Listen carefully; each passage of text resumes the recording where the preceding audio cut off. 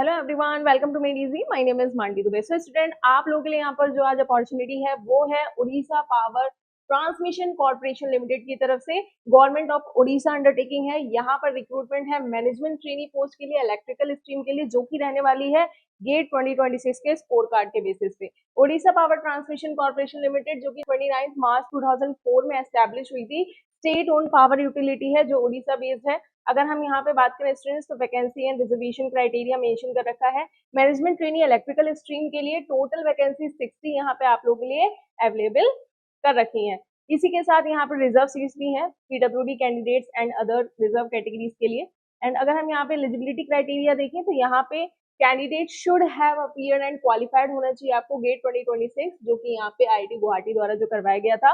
Normalise marks out of 100 में आपका यहाँ पे स्कोर कार्ड बेसिस रहेगा, उसी के बेसिस पे आप लोगों का यहाँ पे सिलेक्शन रहना है। ईई में अगर आपने अपना गेट पेपर लिखा है तो यू कैन अप्लाई। एंड यहाँ पे अपर एज लिमिट की बात करें तो 32 ईयर्स यहाँ पे अपर एज लिमिट है।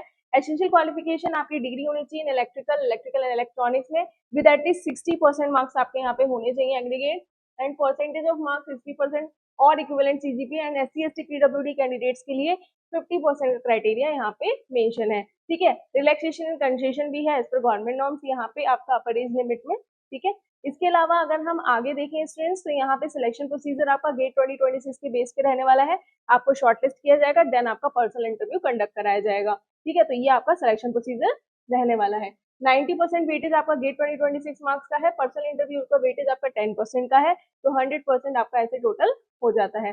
इसी के साथ कंपनसेशन पैकेज है यहाँ पे कॉर्पोरेशन कॉम्पिटेटिव पे पैकेज।